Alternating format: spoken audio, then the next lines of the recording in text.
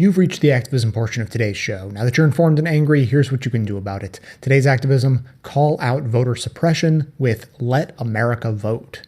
There was some good news this week on voting rights in North Carolina, thanks to the Supreme Court, but the existential crisis still continues.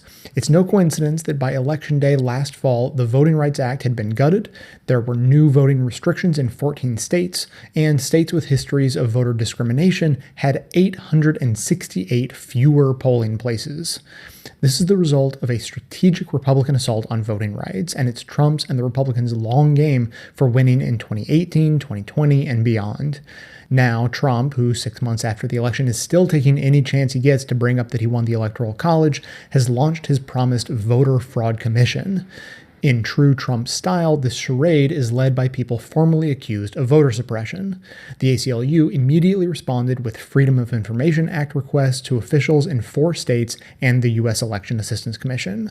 For years now, the right and their Fox News megaphone have been able to sow enough fear and doubt using false claims of voter fraud without any evidence to back them up that Republican voters now see things like voter ID laws as necessary protections to democracy. It's unclear if we can bring them back to reality, but for those ready to take on the politicians, including Trump, who are propagating these lies and suppressing votes, there is a new organization you should know about. Let America Vote was founded by former Missouri Secretary of State and recent congressional candidate Jason Kander.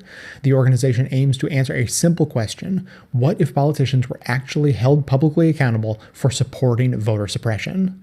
Through online and grassroots organizing, an aggressive earned media strategy, and advertising, Let America Vote wants to play a crucial role among the existing network of organizations fighting for voting rights. They've already launched digital ads during New Hampshire's special elections and called out Karen Handel, the Republican running in Georgia's 6th district, for an almost laughable anti-voter rights email she sent to supporters. Head over to letamericavote.org to get involved by signing up for updates, volunteering to knock on doors, call or email legislators, write letters to the editor, host a voting rights house party, and more. While you're there, check out the interactive map of the U.S. that highlights each state's current and pending voter suppression laws and tactics. You can also follow the organization on Twitter at let_AmericaVote. The segment notes include all of the links to this information, as well as additional resources, and as always, this and every activism segment we produce is archived and organized under the Activism tab at bestoftheleft.com. So if protecting voter rights for all Americans is important to you, be sure to hit the share buttons to spread the word about calling out voter suppression with Let America Vote via social media so that others in your network can spread the word too.